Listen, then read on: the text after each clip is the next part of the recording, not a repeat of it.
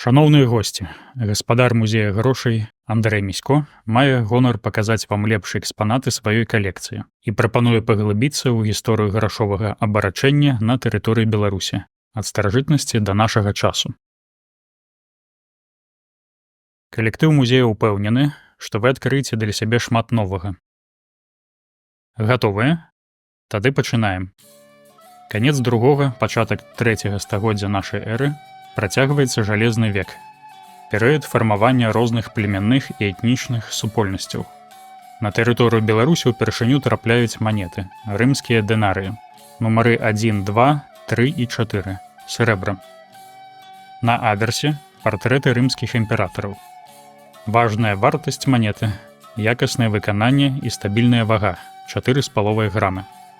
На нашых землях дэнарый мае абмежаванае выкарыстанне і абслугоўвае ў асноўным гандлёвае пагадненне паміж племянной знаццю і рымскімі купцамі. З часам, пасля 5-го стагоддзя, з-за пагаршэння эканамічнай сітуацыі ў рымскай імперыі, дэнарый, вага якога паступова губляецца, пераўтвараецца ў бронзавую манету, а неўзабаве зусім знікае з абарачэння. У нашай гісторыі надыходзіць так званы першы безманетны перыяд. За тавары разлічваюцца ў асноўным упрыгожваннямі, скуркамі пушных звяроў, прасліцамі, хатняй жывёлы. У рэдкіх выпадках ракавінкамі кауры, якія вы можаце ўбачыць на вітрыне. Гэты перыяд доўжыцца каля 3 стагоддзяў. 9-11 стагоддзі зараджэнне і росквіт полацкага княства, аднаго з першых дзяржаўных утварэнняў на беларускіх этнічных тэрыторыях. У канцы 10-го стагоддзя ўпершыню ў летапісах узгадваецца таксама і тураўскае княства. 9-11 стагоддзі перыяд выкарыстання арабскага куфіцкага дырхама, манеты, якая абслугоўвае ўсходнееўрапейскія рынкі. Нумары 6, 7, 8 і 9 срэбра. На манетах няма наміналу, толькі цытаты з Карану, год і месца чаканкі. Самыя хадавыя на нашых землях гэта дырхамы дынастый абасідаў, саманідаў і аміядаў. Як гэтыя манеты паміж сабой называюць продкі беларусаў? Куна, ад слова куніцы, альбо нагата, скурка собаля з ножкамі.